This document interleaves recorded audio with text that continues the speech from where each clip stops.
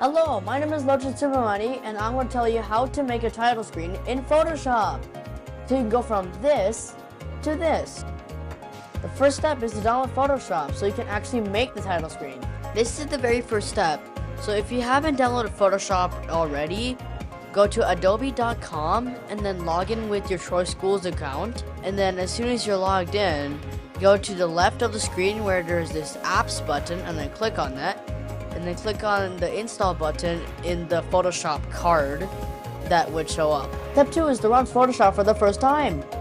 As soon as you downloaded Photoshop, locate it by going into the Launchpad and scroll around to see if there is the Photoshop app. Or on the top, there is a search bar and you just type in Photoshop and click on the app icon that appears. Step 3 is to click on the new file button. In this step, you have to locate the new file button on the top left of the Photoshop window and click on it.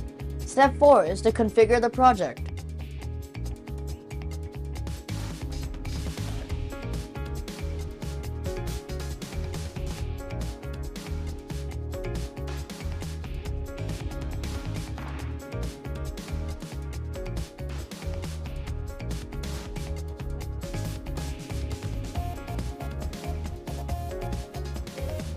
Step 5. Choose a design for your title screen. I'll explain two things here. First thing is the color picker on the top right of your screen, which allows you to select any color you want. And also directly below that is the properties for whatever you selected.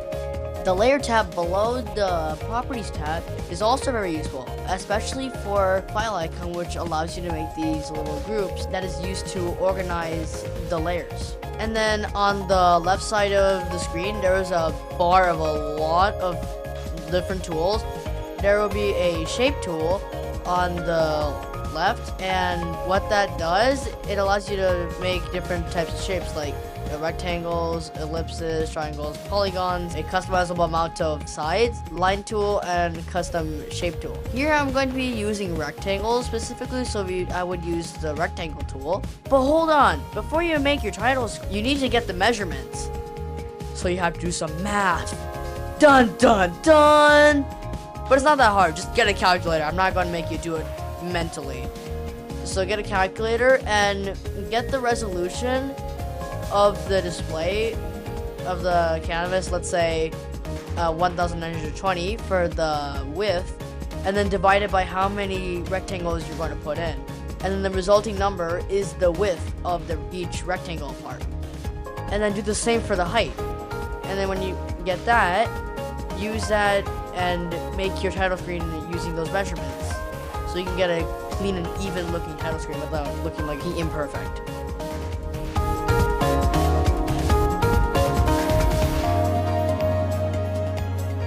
If you want to know how to duplicate layers, you can use Ctrl-J on Windows or Command-J on Mac.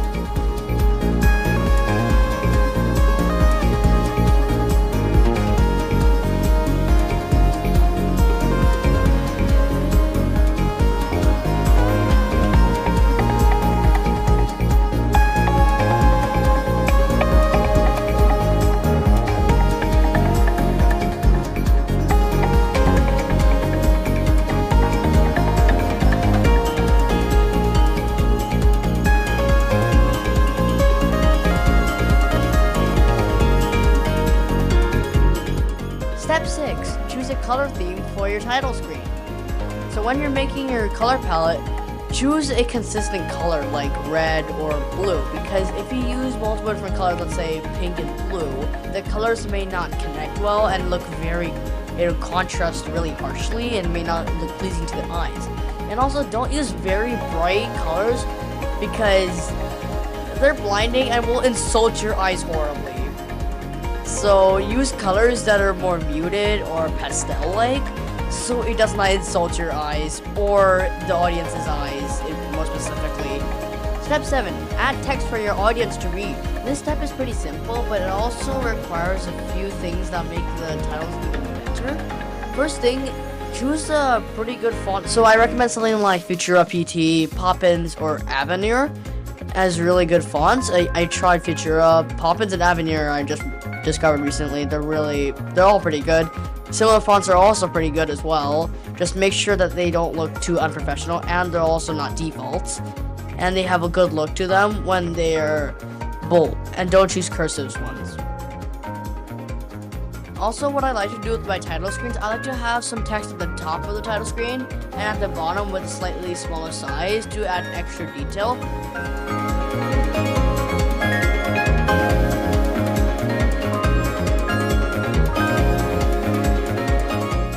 Step 8. Export your title screen. After you're done making your title screen, go up to the top of the screen and click on the File button, and then you click on Export As. I know just quick export as PNG, but at least you can know some things about the normal export option.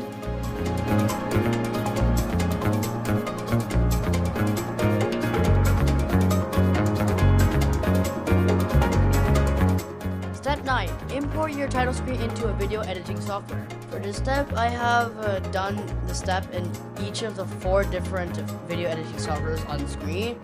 Just go to the timestamp if you want to go to a particular. For CapCut, click on the import button on the top left of your screen. Then locate the recently exported title screen, then import the file. For Final Cut Pro, click on the Import Media button, and then when you click on it, allow permissions if it prompts you, and then locate your title screen wherever it is, and then import, and then click on the Import Selected. All these settings, I don't even know what they do. For Adobe Procreate, when you make a new project, it'll automatically prompt you to include all of your clips. So what you do, you import the title screen you exported from Photoshop, and then you select that stuff, and then you press create.